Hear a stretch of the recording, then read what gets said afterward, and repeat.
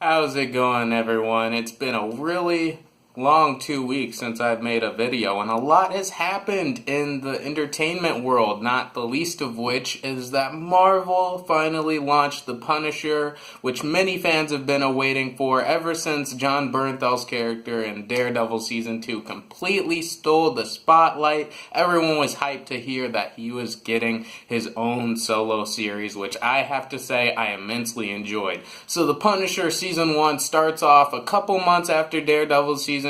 The whole world thinks Frank Castle is dead. He gets a new identity. He lays low in a construction site just working, smashing walls. And we really get an insight on a lot of his character and how the tragedy of his family, which we found out in Season 2, just how it psychologically affects him day by day.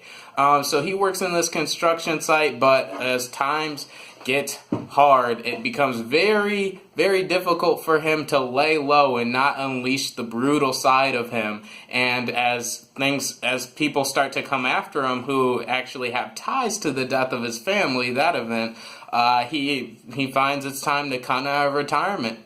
It's time to be the Punisher once again. So starting off, what I love about this show is just the brutality and overall dark atmosphere I love that these shows are going for.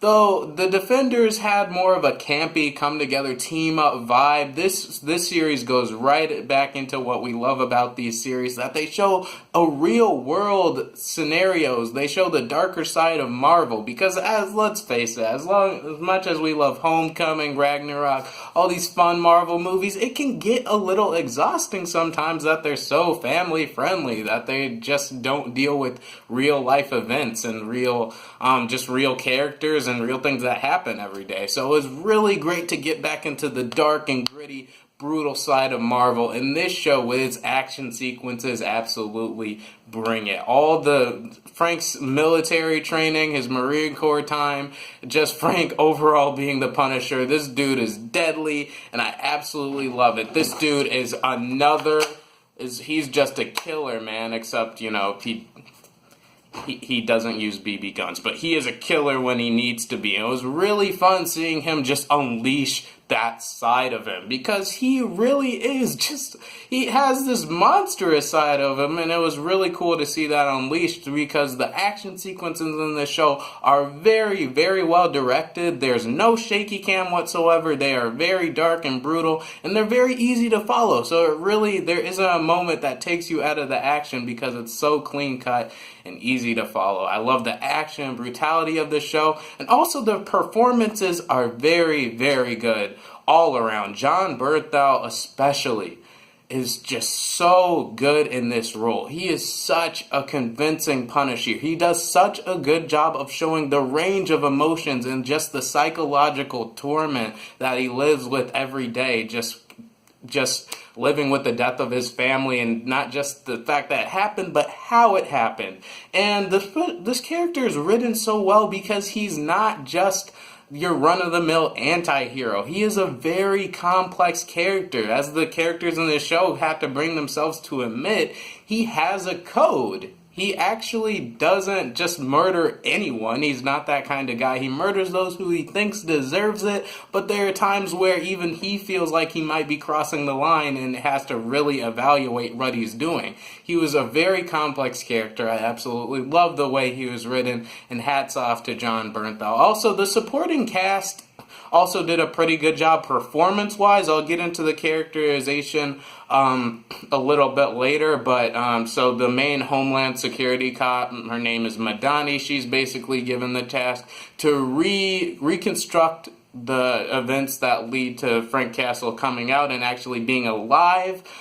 She's given the task. I liked her character. I didn't like some of the directions they had with her partner. Something that this show really struggles with is what to do when Frank Castle is not on screen. And when it just has, I felt like this in Defenders as well, but when it just has the supporting characters interacting, talking about what they're going to do about the Punisher, it's not as interesting, obviously, as when he's actually on screen. I felt the side characters did a fine job acting-wise, being interesting and emoting, reacting to different situations.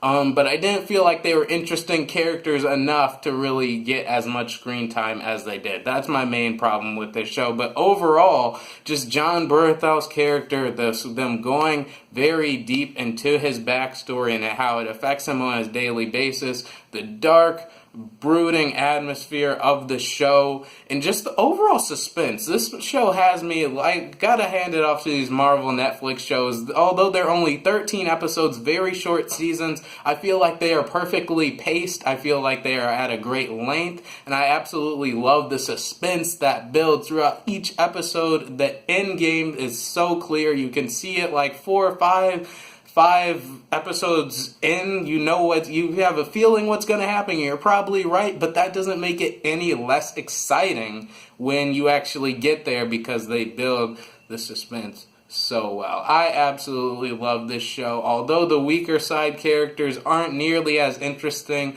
the action is marvelous.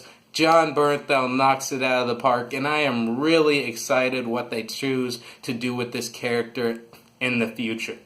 In the future. Overall, I'm going to give this show 4.5 stars, 4 out of 5 stars, 4 out of 5 stars so far. I really enjoyed it. If it wasn't for the characters, I probably would have given a near perfect score, but I really liked what I saw. I am Pack. Thanks so much for hearing my perspective. If you like this video, please like, comment, subscribe, share. Anything helps. Any feedback really helps me out. Thanks so much for watching this review, and I'm out for now.